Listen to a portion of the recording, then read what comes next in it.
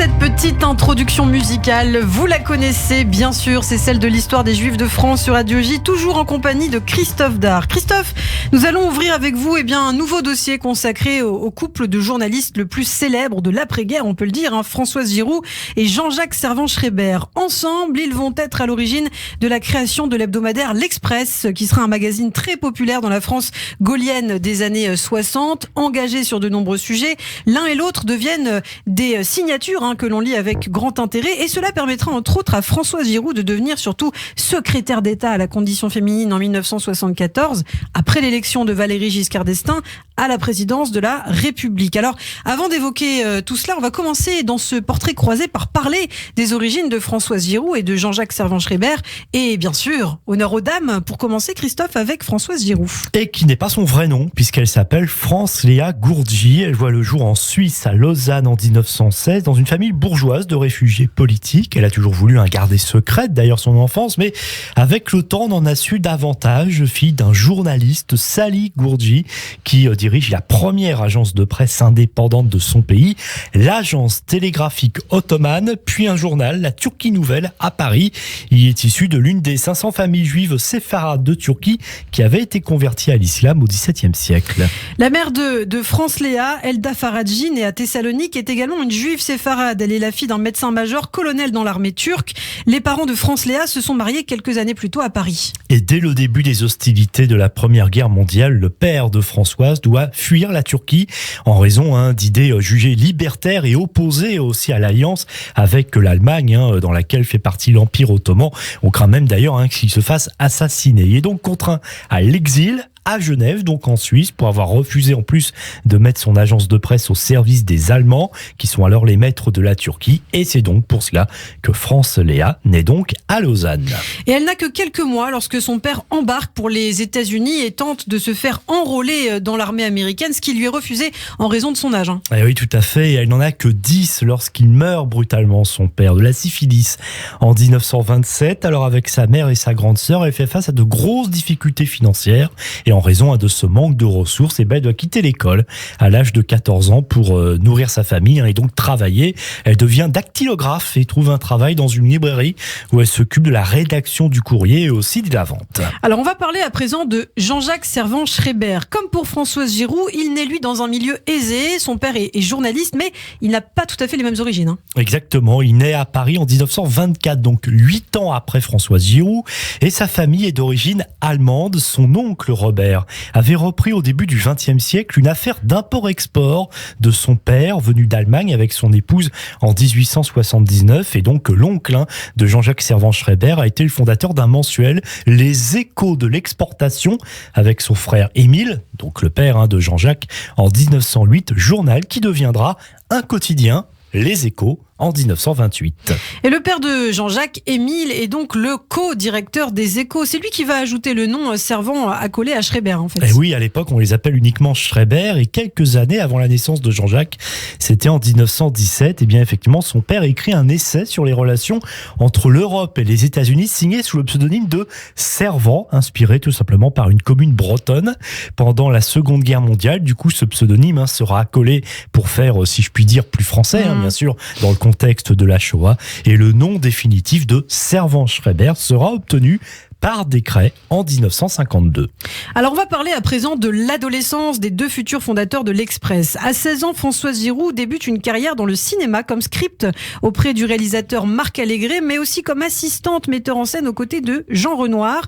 C'est alors rare qu'une femme puisse exercer quand même ces métiers encore très masculins. Oui, tout à fait. Elle apparaît ainsi dans le générique sous le nom de France Gourdji de La Grande Illusion en 1937, ce film qui a pour cadre la Première Guerre mondiale, tourné au château du Haut-Königsbourg en Alsace avec Jean Gabin, Pierre Freinet et Eric von Stroheim. Elle travaille aussi avec un autre réalisateur connu à l'époque, Jacques Becker. Et c'est aussi à cette période qu'elle change de nom suite au conseil de Maurice Diamant-Berger, un journaliste et producteur au Poste parisien. C'est une station de radio alors très populaire. Et oui, définitivement une affaire de nom d'un côté comme de l'autre. Cet homme en effet qui lui conseille de prendre un pseudonyme pour faire carrière. Elle choisit finalement un quasi-anagramme de Gourdji, Giroud, mais il faudra attendre 19 1964, donc là aussi bien plus tard, alors qu'elle sera très connue pour que le nom de Giroud soit entériné par un décret qui paraît au journal officiel. Et lorsque la Seconde Guerre mondiale éclate chez les Servan-Schreiber, les Échos cessent de paraître et le quotidien ne sera republié que fin 1944. Ouais, c'est le cas de la plupart des journaux, bien sûr, de l'époque. La famille part alors à Megève, dans les Alpes, en zone dite libre, où le père de Jean-Jacques a construit un chalet pour toute la famille. Jean-Jacques, bel adolescent qui fait craquer les filles, s'intéresse déjà à la politique et au journalisme. Il est doué, en outre, pour les études. Il est reçu à l'école polytechnique en 1943, puis rejoint De Gaulle avec son père. Il est même formé comme pilote de chasse dans l'état de l'Alabama. C'est dans le sud des États-Unis. Du côté de Françoise Giroud, pendant la période de l'exode en juin 1940 et qui suit l'invasion allemande, elle part retrouver sa grande sœur à Clermont-Ferrand pour échapper aux rafles et à la déportation. Elle se fait même baptiser avec sa mère et obtient un permis de travail au nom de Françoise Giroud et sur lequel il est précisé qu'elle est catholique. Et pendant des décennies, elle ne dira rien de ses origines juives, y compris même à sa propre famille. Elle ne les révélera finalement qu'en 1988 à son petit-fils, et oui, assez tardivement.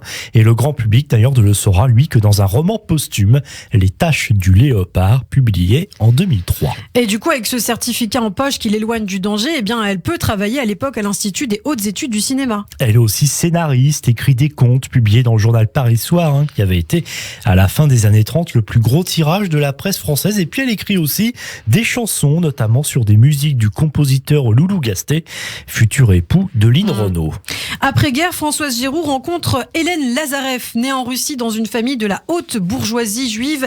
Elle a épousé le journaliste Pierre Lazarev, avec lequel elle vit aux États-Unis pendant la guerre et découvre la modernité de la presse américaine. Et cela inspire à Pierre Lazarev, dont on a déjà parlé, un grand patron de presse dès les années 30, la création après-guerre de François en 1945, qui sera, à partir des années 50, le plus gros tirage de la presse française, et ce, pour de longues années. Et puis du côté de son épouse, donc cette même année 45, chez Hélène Gordon, de son vrai nom, le magazine Elle, cofondé avec l'écrivaine Marcelle Auclair, voit le jour.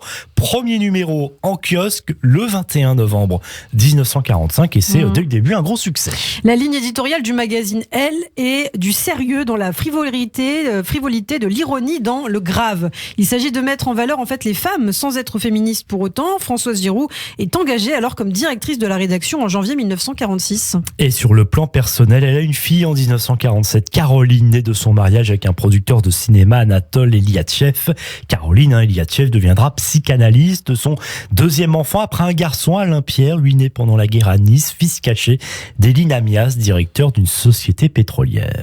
Et du côté de Jean-Jacques Servan-Schreiber, qui a 20 ans à la Libération, le métier de journaliste n'entre pas tout de suite toutefois dans sa vie. Il termine Polytechnique à la Libération, mais ne sera jamais ingénieur. Et effectivement, il tente l'aventure au Brésil, représentant d'un avion français ou encore gérant d'un hôtel à Sao Paulo. Finalement, il va finir par écrire pour les Échos. Et oui, relancé par la famille Schreiber en 44, et puis aussi pour la presse locale brésilienne. Il est ensuite engagé au journal Le Monde par Hubert Beuve-Méry, son fondateur en 1945. Et voilà donc Jean-Jacques Servan-Schreiber, 25 ans, éditorialiste en politique étrangère. Merci beaucoup Christophe pour la première partie de ce portrait croisé de Jean-Jacques Servan-Schreiber et Françoise Giroud. Nous retrouverons la suite au prochain numéro de l'Histoire des Juifs de France.